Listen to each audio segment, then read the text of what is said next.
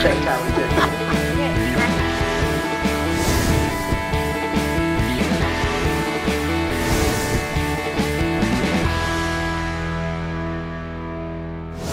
Welcome to Studio 801's Music Matters. I'm your host, Harry, along with Christy today. Hello. And today we have the band's new Ellum.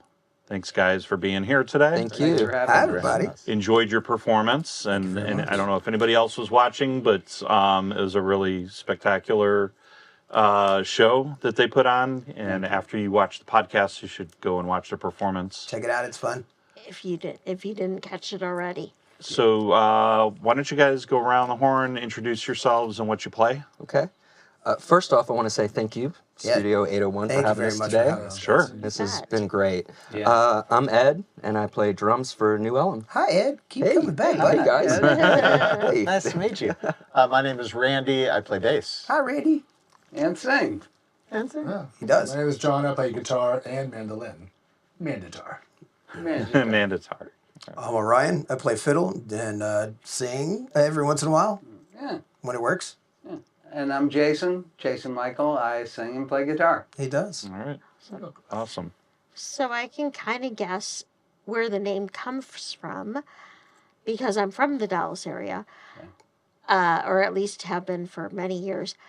But for our friends who outside of the Dallas area, where did the name come from? It's a combination. I mean, it's an homage to Deep Ellum. That's like the music and kind of art and culture center of Dallas. But when we were all talking about band names, we didn't really want to have a word or a name that already existed. So we kind of thought that something that alludes to Dallas, but is still kind of its own thing. So Specifically, it was a conversation we were having one day, and John was like, why don't we just call ourselves Deep Ellum? And I was like, yeah, we need to find ourselves a new Ellum. And we all kind of looked at each other, and we were like, Ding. yeah, That works. Ding, ding, ding. And it just kind of came from that. I remember the specific conversation we had. But Randy's right. It is just an homage to Dallas. We all kind of grew up playing in Deep Ellum, Dada, and Trees, and Clearview, and all Curtain the old Club, clubs, and Curtain Club. It's like Blind all- Lemon. Yeah, you know, we had a studio down there for years. It Yeah. was like we grew up playing music down there. Good So old days. What bands? Okay, I feel like we got to totally unpack that. First of all, you know, I taught history, and there's historical background there. Can you explain to our friends at home where Deep Ellum, the two words, come from? Oh. Orion knows. There's a quiz at the end. there is a bit of a Texas accent in there. Yes. It is Elm. Elms. Yes. Because it comes of from Elm Street, But it was. But people from Texas can't say Elm, they say Ellum. Absolutely. But yeah, Deep Ellum is, and you're on the deep end of Elm Street, Right. basically. Right. So, it is the, if I remember correctly, the first part of Dallas that allowed black people to own property. And that kind of started entertainment, bars, live music, All the art good parts of galleries, Dallas. and The that culture. part of downtown Dallas kind of became the art and culture center. And all of us are a little older. In the 90s, that was the place to be, and whether almost like the Sunset Strip became, even if you didn't really have specific plans of what you were going to do for the night, you end up down there Yep. and Yeah. you're going to see something fun and unique. And you I was- honed that in is on the that. truth on that. If you didn't have specific plans, that Yeah. was so great I about what in was high- going down. Go ahead. What was going down there in the 90s is you could, right, if you didn't have specific plans, you knew you could walk into Dada or Club Clearview and Here's some good too. and see great local acts. And one time we, by mistake, walked into Paul Simon's wife. Oh, Edie Edie Raquel. Edie Yeah, Raquel. yeah. Yeah, And the she new was like, Bohemians. I'm Really nice home. lady. she said, I go in New York to buy something in the store, and they're like, just pay $2.99 or $10.99, whatever it is. But she said when she got to Dallas, they said, "Can you, or do you need anything else?" And she was like, "I'm home," and that was a cute story that and she just happened to be there. Do you remember that? Was that the Deep Ellum Arts Festival? Well, no, she played. We saw her at Dada. Yeah, Okay. I was about to Yeah. say Club Yeah. Dada because they Yeah. played there a lot. They were regulars Yeah. there. Yeah. Right. That was Yeah. right as we were all starting to play Yeah. between the New Bohemians and the Toadies. and Horse of Empire, Course of Ugly Empire, Mustard. Nixon. What bands did you guys play in? Ooh, Start over bands here. didn't I played in a band called Ice Cold July, and then a band called the Roadside Poets, all through Deep Ellum. I was in a hum and acoustical acupuncture. I did some stuff with Spoon Fed Tribe. I played with during that time. I was kind of the violin whore of Dallas. I mean, I played with whoever I could. I mean, you got a show, you need a violin, you need a fiddle. Call me up, I'll do it. I'll be there. So I played with so many people over the years, and it's What's awesome. the difference between violin and fiddle? Whiskey. Whiskey. Whiskey. No, it's actually the bridge. It's Yeah. just a shorter bridge that's contoured differently, so you can hit more double stops and stuff like that. But it's really the same instrument, isn't Exact same instrument, just Yeah. a little bit different modifications. it? It's just what you call it. I played in the '90s. What band? Grassroots Willie, with Randy. Grassroots Willie and Daddy's Pants. Daddy's we Pants. were regulars in the Club Dada was kind of our home base. those days. If we're talking about the Good '90s, times. obviously, but throughout the years, both of us lived in California and played on multiple bands, and so did he, and that's kind of how we were all from Dallas, but we all been playing so many incarnations of different bands that we started doing our thing. Doug? Late 90s, early 2000s for me. I played with a band called Samsara. Played with a band, kind of a surf punk band called the Aquaholics. I played. I didn't know I like they were that. awesome. I was in the I remember Aquaholics. that. In Awesome Dallas, bands. where we have no water. Yeah, right, yeah. And that was a really fun band. And played with a band called Dead Flowers, and we did pretty good in Deep Ellum for a couple Pretty years. good, dude. Yeah, you guys did more than pretty good. Yeah. Just saying. But yeah, I've been playing like these guys forever in Dallas, and yeah. Do y'all, by any chance, remember Club Dada Bouncer?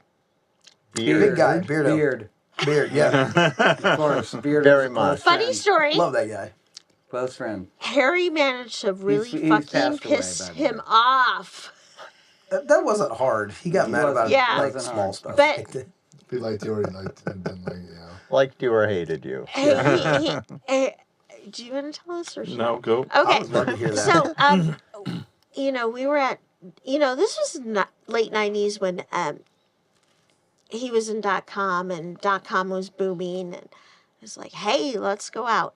And we would go out most every weekend. And Harry would ask the dude, what do they sound like? And most of the times he was like, okay, they're like a blah, blah, blah, blah. They're like a Blink-182, or they're like a Bush. And this one time the bouncer got really upset, Harry, and he's like, they sound like themselves, okay? They sound like themselves. Caught him in a mood. I've heard him Yeah. say that a couple times. Yeah. Yeah. Yeah, well, but that is an ongoing thing. Is when you are trying to find new bands or new music or whatever it is, it's the familiar, and so the comparison is helpful to get an idea of do they sound more like Green Day or do they sound like the Beatles? But specifically, Beard was really protective of the bands there. Yeah. His whole that's life was awesome. That's Dada, something we before didn't know. there. Yeah, Or yeah. speaking of Deep Ellum, he was one of the a The fixture godfather. or He an was- icon of, yeah. of Sure. old Deep Ellum through Right. the 80s and the 90s. And, Sure. he Everybody was knows like, now. he loved his bands too.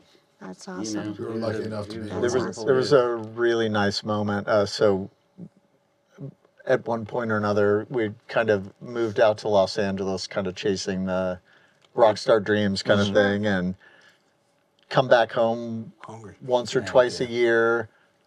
Maybe roll down to Deep Ellum on a night that we kind of feel like going out. And I remember being down there once, and I hear, "Hey, Grassroots Willie guy," and I look, and it was Beard, and he's like, "I remember you guys. You were great," and like getting the little stamp of approval from him. Yeah, It was you were, really and nice. you could get in free to Dada anytime you needed. Dude, that was nice back in the day. Like was. if you played the venues, you could You're usually in. frequent the Walk place, around for, and- you know, for free. But I was like, nah, man, I'm paying because I'm here to support. And then, you know, I like to sit around and say Deep Ellum's changed and stuff, but I've changed a lot too. Well, we've all Yeah. grown up a little bit and grown out. It's like, but I think the thing that it has morphed into is kind of like where it became in the 90s, where it's more about shops and, you know, and restaurants and bars rather than focused on music and art and stuff. I think it's lost a little bit of that. I'm a little taken back by Deep Ellum at the moment because I feel like once I get into the venue, it's totally fine and Party like how it sucks. was. But on the street is just, it's morphed into something I don't even recognize. I was told that like I'm being a in fish out of Manhattan. water. I'm like, dude, this was my Deep Ellum before you were born. Yeah. And the loitering of the people who don't go into the venues and don't eat the food and they're just hanging out, and we had to ask these folks to move to get our car out, and they're like, "Oh, we'll prove it." Like, this is our car. Beep beep. it's We're, not proof, it's my car. backing Right. up, so you might want to move. Hopefully, and, I think that's the part that's unfortunate. yeah. Hopefully, it'll get back to more Yeah. live music places It- because that's it's what made gone. it so great. It's gone in a lot of cycles. So I remember going down there, and we would go and we go to Club Clearview, and go Through Blind Lemon, and then I forget which one it was that had the go-go Art Bar. dancers. Art bar, yeah, there was yeah. art bar, and then there was man, what was that place that was Oh next yeah, to the 5 of them. Yeah. 5 bars Zellies. in Club Yeah. All Clearview. connected. Yeah. Yeah. 5 great. bars in one, 5 times the fun. Yeah. Yeah. Yeah. And then there was 2424. Was it 2424? 2121 Or Swiss and 21. Good. Yeah. Swiss and Good Latimer, the Yeah. lizard Lounge. 2126. 2121 Oh, Swiss yeah. and Good. That was 21. Where was No, it was 2126? Corner. That was like towards We're the end of getting the off. Yeah, street. that was the Lizard Lounge. That was underneath the 35 and Yeah. Yeah, that's a whole nother story. Oh, Yeah. but so we'd go down there, and you know it was pretty vibrant. We'd go see lots of bands and everything, and then it would go through these cycles. So it was when we moved down here in '95, it was coming out of a bad cycle into a good cycle, and then I remember specifically my sister, she's a bassist. And she came down from Chicago, and we went out. And I thought, oh, great! I'm going to go take her to go see some live music. And this was after we had these guys, and we were kind of out of the scene. And we go down there, and granted, it was I think it was middle of the week. It was a Wednesday or Thursday night or something. There's nothing open but a tattoo shop, and I'm like, what in the world? And some homeless Taggers was people open. and Yeah, and I'm Tigers just- was probably the only spot open at that yeah, point. it was terrible. But I mean, it's gone through these cycles, so it's now it's back, but it's different. The original music scene that used to be is no more. There still is.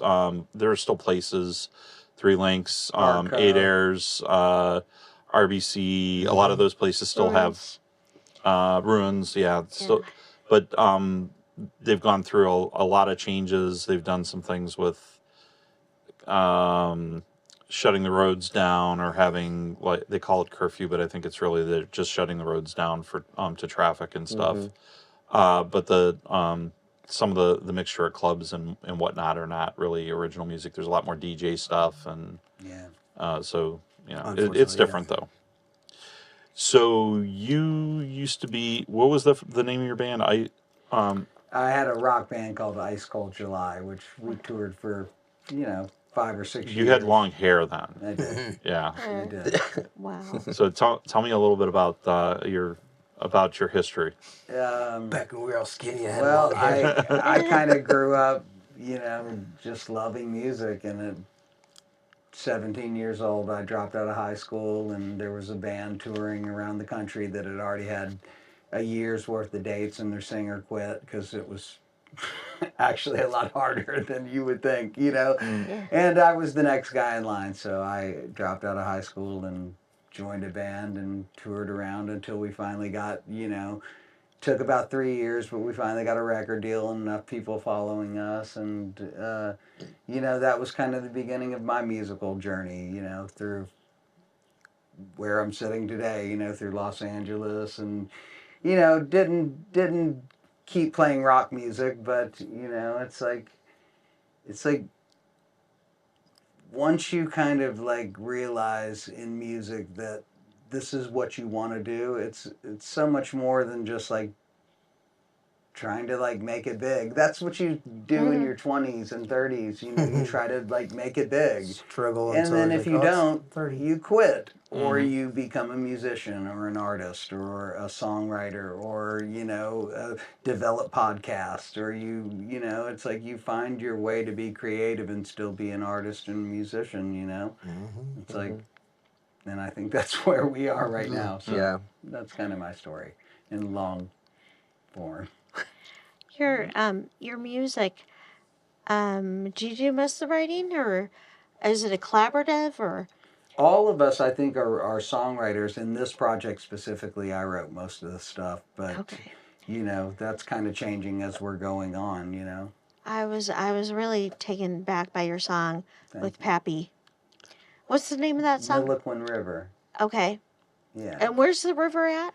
It's in the UP of Michigan, the Upper Peninsula of Michigan. Oh, So, okay. yeah, and it was just a fishing trip I took with my father, and who passed Okay. away some Are years you from back. Michigan? No, I lived there for a little bit, but I was military.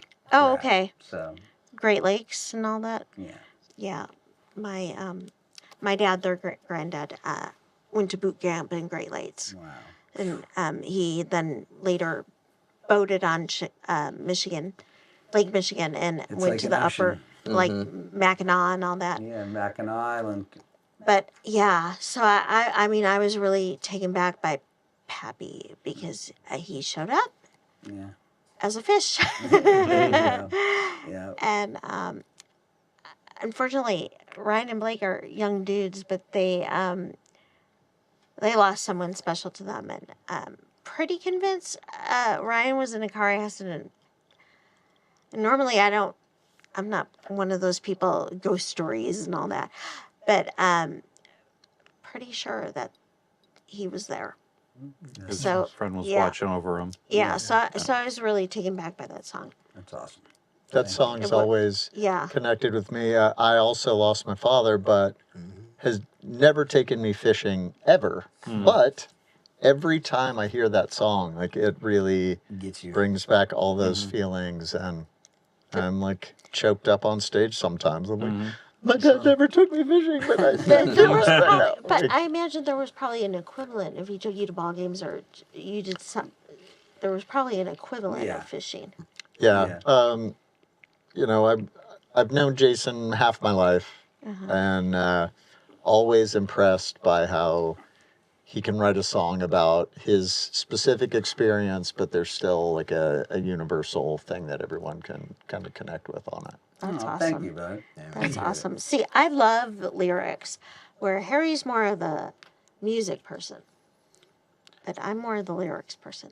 I think they kind of it's a little bit of both for me. I mean, it's like I can appreciate music without lyrics. I love it. But if you're going to give me lyrics, give me something good.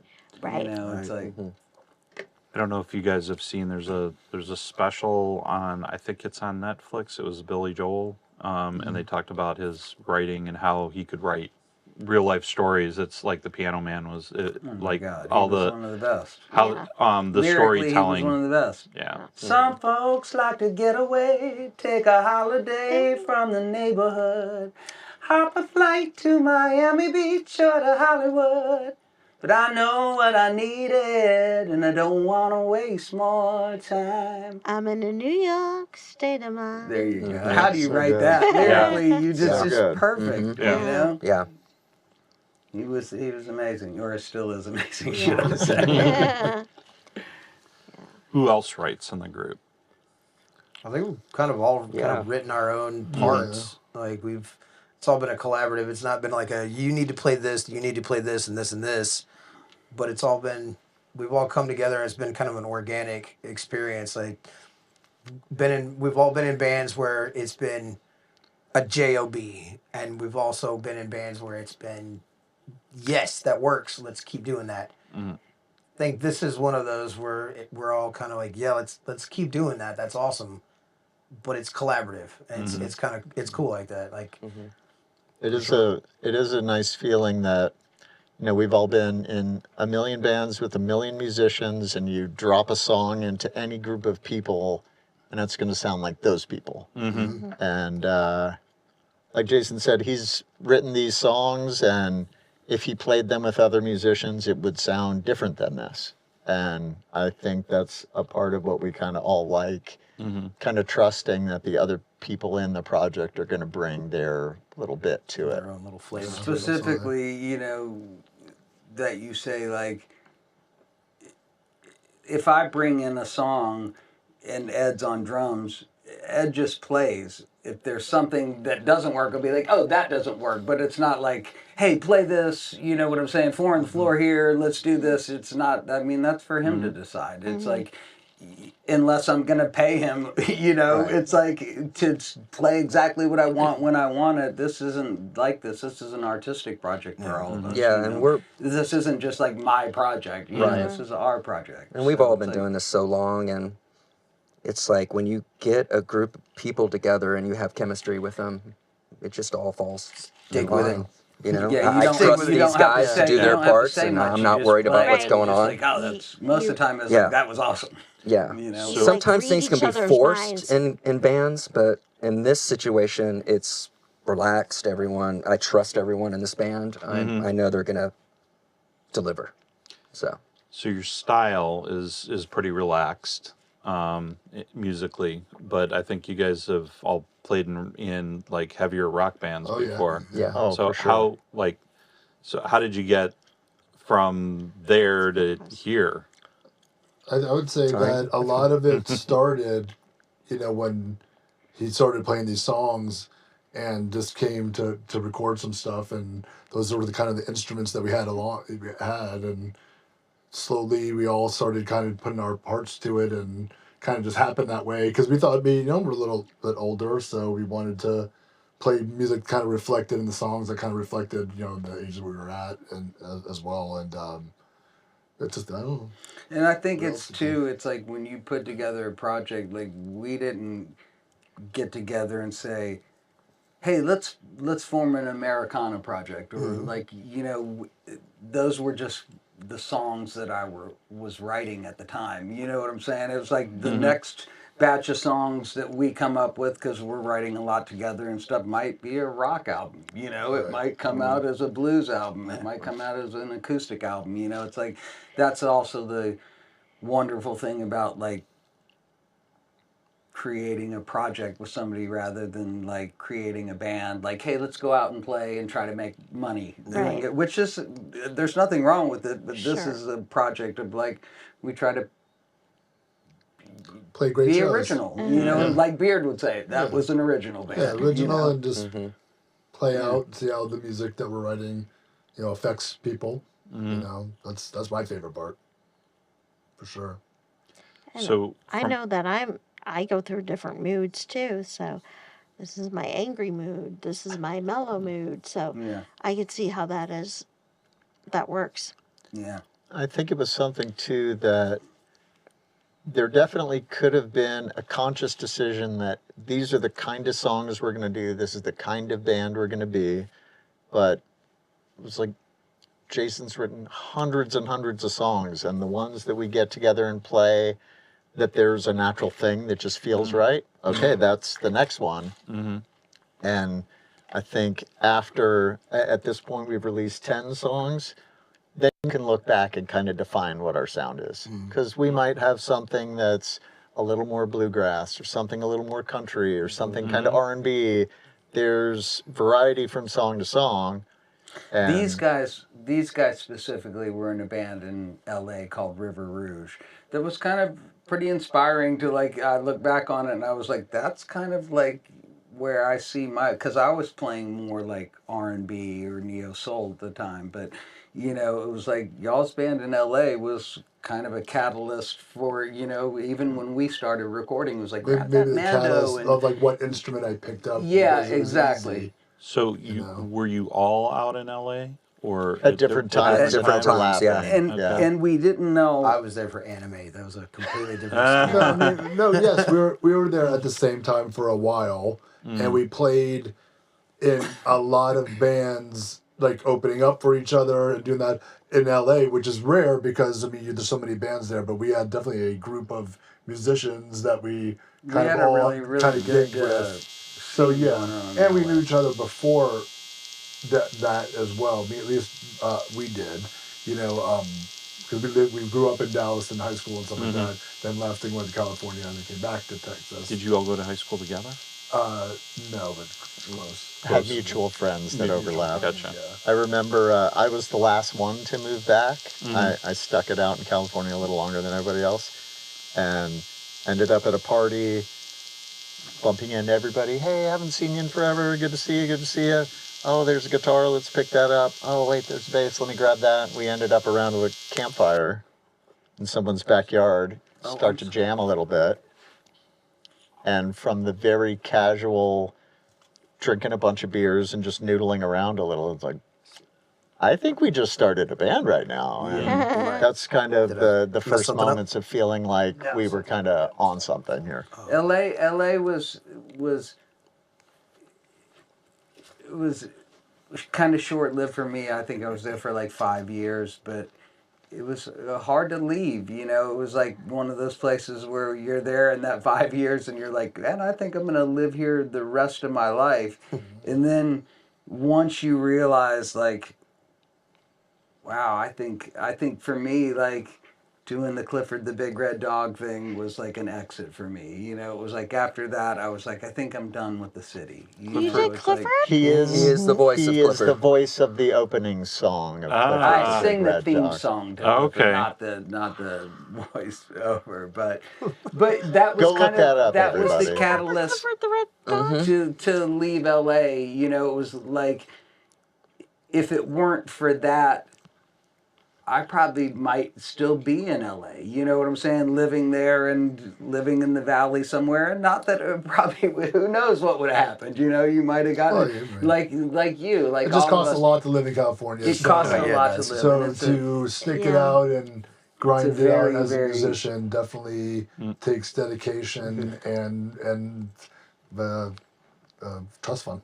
Yeah. Well, I mean, there's also the Right. part of it that if the goal is to work in music as a career, then you probably want to stay there. If the idea is to be a musician and make music or be a creative person, you can do that anywhere. And that was the thing that when I left California, there was a part of me that was like, you have to put all that away because the dream isn't going to happen or whatever. And you kind of hang it on the wall and, And like, here you I are guess on a I didn't make podcast, it. Yeah. you know, talking about But then your I get music, back, and you the know, first it's time like- playing with these guys, and it reminded me of why I started playing music in the first place, which was to connect with other musicians and just like get the goosebumps when. Yeah. But you also, the thing is, you do have to hang up this thing of like, okay, probably never going to make it big. Probably never going to be Prince. You know what I'm saying? Let's hang that on the wall. We're going to move back to Rodney Dallas. Dangerfield didn't hit it until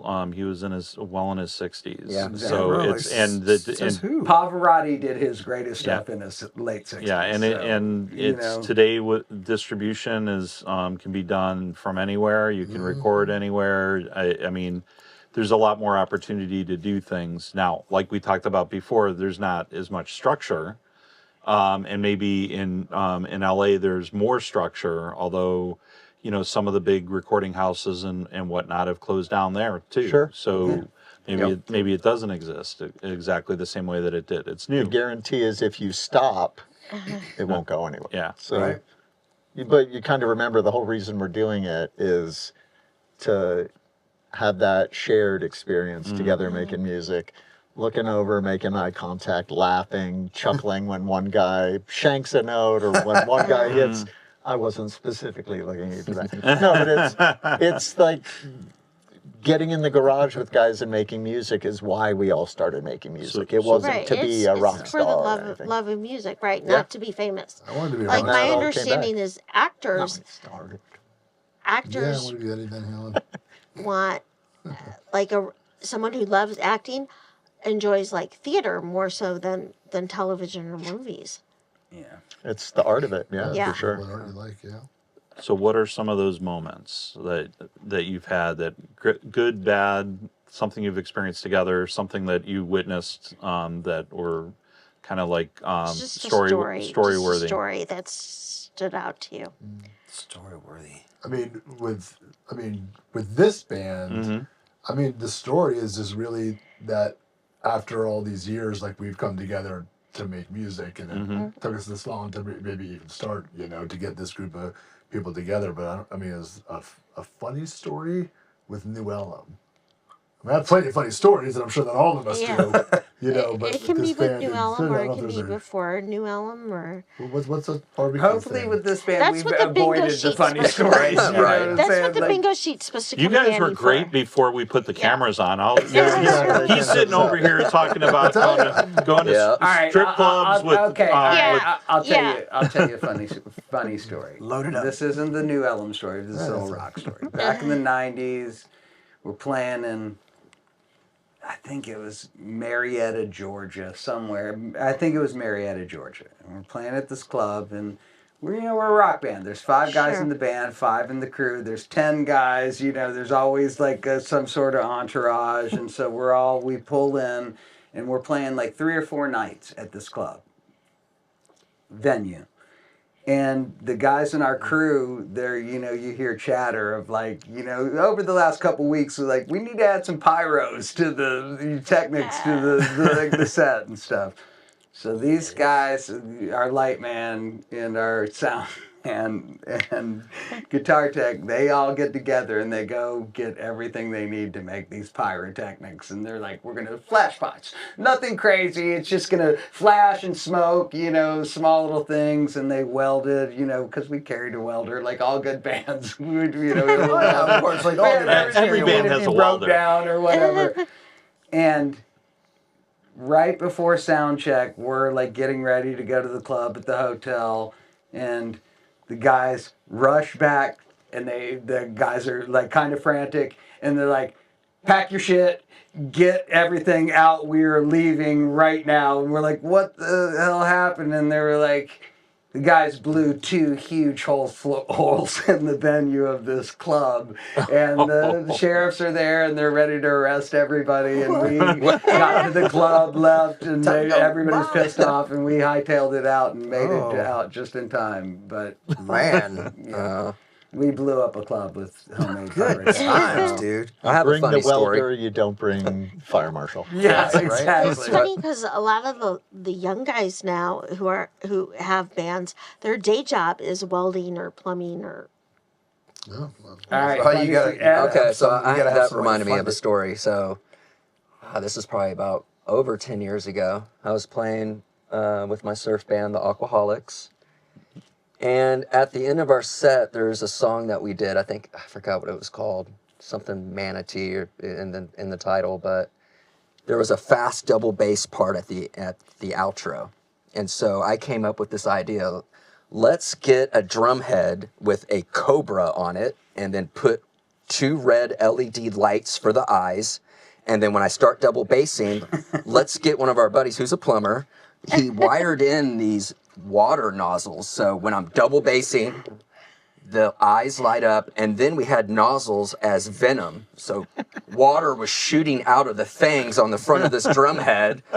And so we were all excited. We show up to the venue, and they're like, sounds like a good what are you idea. guys doing? We're like, oh, we're going to have this spitting cobra. And the guy was like, no. So what we did is we took the nozzles and we just kind of dumbed them down so they wouldn't go so far.